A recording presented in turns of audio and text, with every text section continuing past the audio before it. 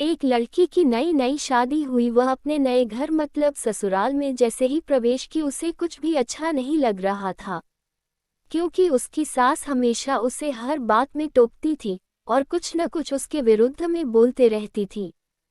डरता था। बचपन से जवानी तक पिता ने अपनी बेटी की सारी जरूरतों को पूरा किया था और बहुत लाडों से अपनी बेटी को पाला था। यह नई नवेली दुल्हन अपनी सास के इस रूखे व्यवहार के कारण परेशान हो गई और कई बार तो उसने अपनी सास को खरी खोटी सूना देती थी, जिसके कारण घर में बड़ी ही असमंजस की परिस्थिति हो गई। वह अपने पिता के घर लौट आई और रो रो कर पिता से कहने लगी, पिताजी, मैं अब उस घर में नहीं जाऊंगी, यहीं आपके पास रहूंगी।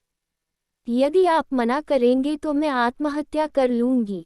पिता समझदार थे। पिता ने बेटी को 2 दिन के बाद कहा, बेटी, यदि मैं तुझसे एक बार जैसा कहूं क्या तू करने को तैयार है? यदि तू उसके बाद भी कहेगी कि तू इस घर में मेरे साथ रहना चाहती है तो कोई बात नहीं। बेटी ने पिता से कहा, कहे, लेकिन याद रखना यह अंतिम बार होगा कि मैं उस घर में जाऊंगी।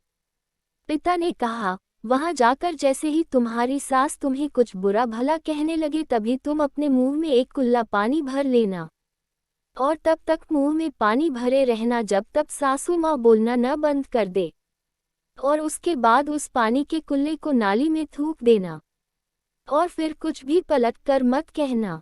बेटी को कुछ समझ में नहीं आया, लेकिन बेटी तैयार हो गई। बेटी ने ससुराल जाकर ऐसा ही किया। जब भी सासू माँ कुछ कहना शुरू करती, तुरंत बहू मुंह में पानी भर लेती और बहुत देर तक भरी रहती। धीरे धीरे कुछ ही दिन में सासू माँ का व्यवहार इस बहू के प्रति नम्र हो गया। वो सोचने लगी, कितनी अच्छी बहू है, पलटकर कोई जवाब नहीं देती और गुस्सा भी नहीं होती।